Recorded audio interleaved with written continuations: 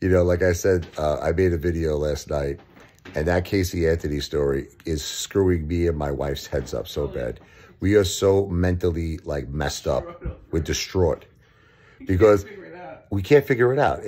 It's like, in so many ways, it points to Casey Anthony. Like, as I keep telling my wife, what mother, I don't care how brainwashed, how closed off, how emotionally messed up you are in your life, what mother will just forget that her daughter is missing for 31 days, right? Go out, get tattoos, you know, Bella Vita, living the whatever, a beautiful life, whatever it is, you know, partying, having a great time, and not concerned at all that her daughter is missing. And then here's the best part.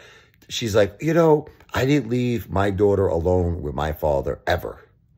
But yet, her whole story, right, is that she entrusted her daughter with her father. Like, in other words, her father, this is according to Casey Anthony, her father came to her when she was in her sleep. I don't know what happened with her. She was knocked out. She woke up. You know, some people speculate maybe she took some kind of Xanax. Who knows? I don't know.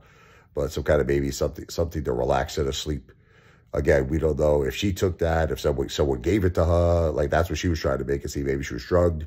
But anyway, when she woke up, her father brings her daughter to her, soaking wet, and hands her the daughter. And he was like, look, you did this. You did this. So, like, but what does that mean? Did what? Is the girl alive? Like, when this is Casey Anthony's story. This is her story. This is what she said on Peacock. Listen, speak up. No, this is what her words on the Peacock documentary that just came out. She said, she said the father handed her the daughter that was soaking wet. So she was holding her daughter. And I'm like, did you not know she was dead? She was like, she thought she was alive this whole time, like for 6 months until they found her body. Like, how can you not know if your daughter is alive? Right. So in other words, her story is this. The father discovered the daughter soaking wet. The implication is maybe she was in the pool, whatever, right? But she denies. That the girl drowned in the pool. Like, she adamantly denied that there was no possible way. So why was she wet? Which is weird. Anyway, it's a sick story. It's messing with our heads. Yes. Because, you know why it's messing with our heads? Because sometimes in life you have something that's super obvious, that's right in your face, but then, you know, people twist the story, reasonable doubt. They try to throw little things out there, and then everybody falls for it. And, you know, like maybe she was just throwing the father under the bus. You know what I mean? Maybe she was, because look, once again, there's too many things.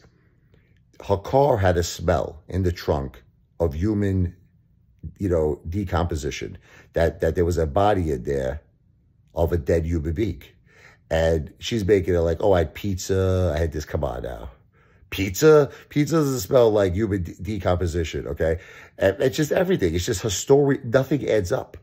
You know, nothing makes any sense. She's like, my father raped me.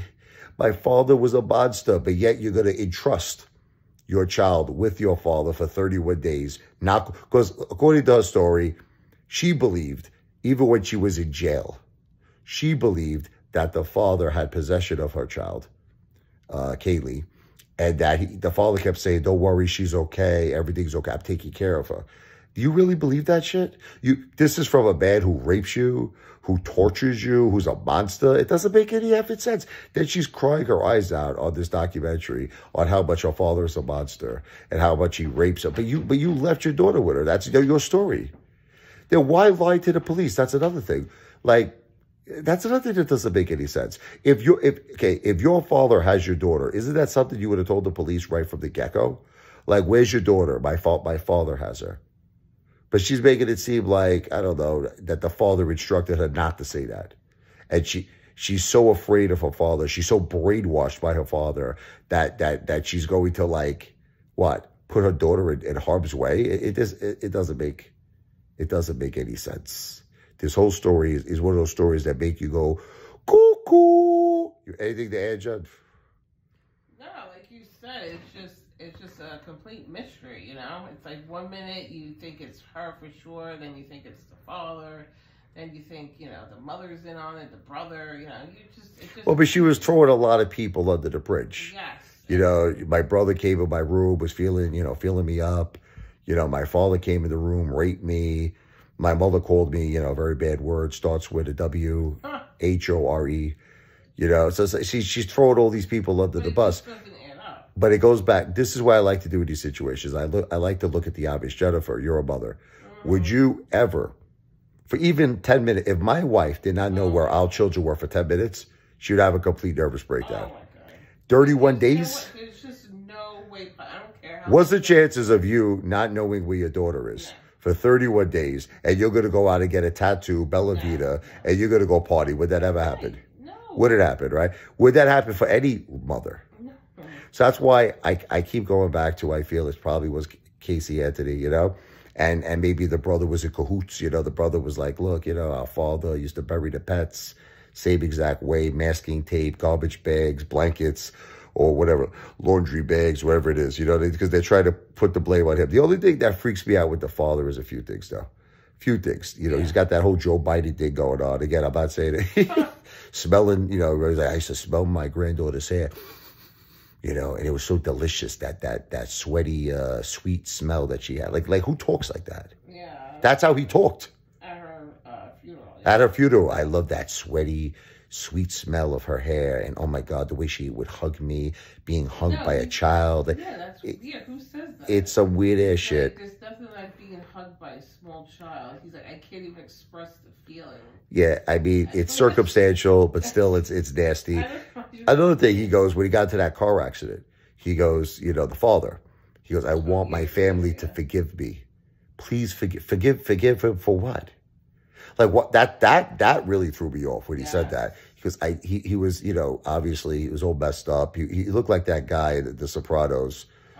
Richie Aprile. He ran over the guy. What was his name? I can't think of his name. I can't think of the guy's name, but the guy who owned the pizzeria, I'm talking about, right? And he had that metal thing on his neck, because he was like almost paralyzed. Same thing happened to the father. He got into a major car accident. He had it looked like the movie Saw. He had this metal thing all over his neck, and he was just talking crazy. The mother was looking at him like, shut the F up, shut up. Shut. She was giving him that look. Yeah. He was like, I need my family to forgive me. I need my daughter and my son to forgive you for what, mother effer? So that's what I'm saying. It goes to all these different directions. It makes you psychotic. You start getting like Cypress Hill, insane in a memory. Like you can't figure it out. Like what's happening? Right. Is it Casey Anthony? Is it the father? Is it anybody else? It's friggin' psycho. What do you think happened? Video's definitely not financial advice, not financial planner, not legal advice. I'm not an attorney, but I am the greatest entertainer who's ever lived on planet Earth. And the entire universe, the one, the only Apefather, the piano man, the second piano man. This is the main piano man, Billy Joel. I'm number 2. Wow!